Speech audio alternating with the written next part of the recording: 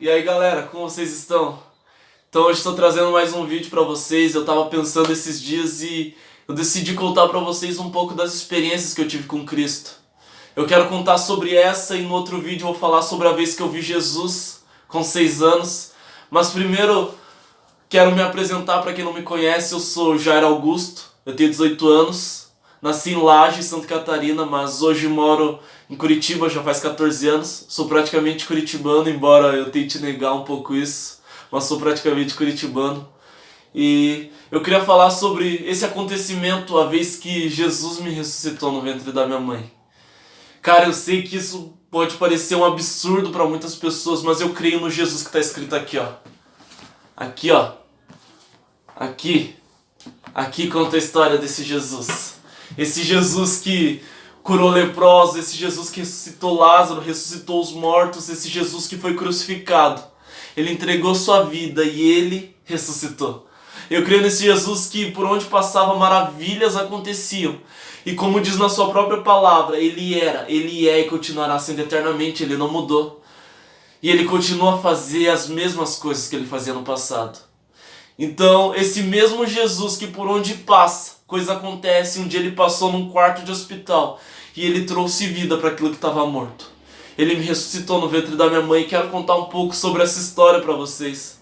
Aqui em casa minha mãe gosta muito de contar sobre isso. Eu também gosto porque eu entendo que o meu nascimento e o nascimento da minha irmã foram histórias marcadas pelas mãos de Deus.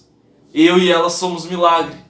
Ela é 10 anos mais velha que eu. Quando minha mãe engravidou dela, teve várias complicações, ela nasceu de 7 meses. Nossa, teve muitas complicações. E naquele parto, a minha mãe começou a ter pressão alta. O que fez demorar 10 anos para que ela pudesse engravidar de novo, engravidar de mim. Ela fez 2 anos de tratamento para ter essa gravidez e foi uma gravidez bem de risco. Por causa da pressão, a pressão dela estava muito instável. E ela conta que a partir do 7º mês, 7 meses e meio, e ela começou a ter que ficar só de cama, porque cada vez que ela se levantava, a pressão dela subia, a pressão dela estava muito estável. Mas passando um pouco, teve um dia que ela não conseguiu mais se manter nessa rotina, porque a pressão dela estava bem mais instável. Então ela, embora ela ficasse parada, a pressão dela subia, descia, subia e descia. Então minha avó viu a necessidade de levá-la no hospital. E lá no hospital ela ficou 13 dias internada. E nesse tempo eles viam os meus sinais vitais, os sinais vitais da minha mãe.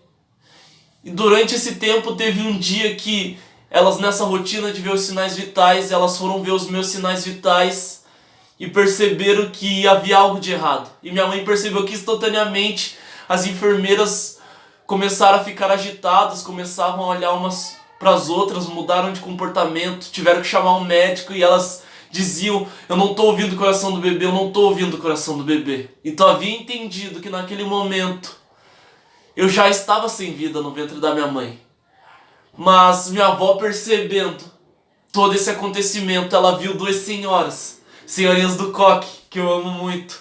Elas estavam passando lá nos quartos falando de Jesus, orando, cantando, e minha avó chama elas e pede para que ela orasse pela minha mãe, porque minha mãe estava mal, mas ela não sabia ao certo o que estava acontecendo comigo, porque as enfermeiras não quiseram contar muito. Minha mãe perguntou, mas elas meio que esconderam. Então naquele momento a mulher entra no quarto, as mulheres entram no quarto e uma já vai diretamente para a barriga da minha mãe, coloca as mãos e começa a profetizar o sopro de vida. Sopro de vida. E é algo que eu acho louco porque ninguém tinha contado isso para ela. Ela apenas chegou e eu creio que ela discerniu, ela entendeu no seu espírito o que estava acontecendo. Deus já havia falado com ela naquele momento que estava acontecendo. E ela tocou no ventre e profetizou sopro de vida. E naquele momento eu dei um pulo no ventre da minha mãe. Eu voltei à vida, Jesus me tocou naquele momento. E cara, eu acredito nisso porque eu acredito nesse Jesus que fez todas essas maravilhas. E depois já do meu nascimento, minha mãe teve outro encontro com essa senhora. E essa senhora disse que eu realmente havia ressuscitado. Que eu já estava morto na barriga da minha mãe porque o Senhor tinha falado para ela. Mas ela não quis falar para minha mãe naquele momento para ela não ficar assustada. Mas, cara, eu sou um milagre. eu fui ressuscitado. Eu fui tocado por Deus no ventre da minha mãe. E cara, como eu não vou amar, como eu não vou gastar a minha vida para um Deus que me trouxe a vida de volta antes mesmo de eu ter nascido. E cada vez que eu lembro dessa história, conto essa história, eu conto, eu lembro de João Batista. Na Bíblia diz em Lucas que quando Maria, mãe de Jesus, foi visitar Isabel, mãe de João Batista, as duas estavam grávidas, e diz que quando ela se aproxima, Maria se aproxima de Isabel, então João Batista começa a se agitar no ventre de Isabel, e Isabel fica cheia do Espírito Santo.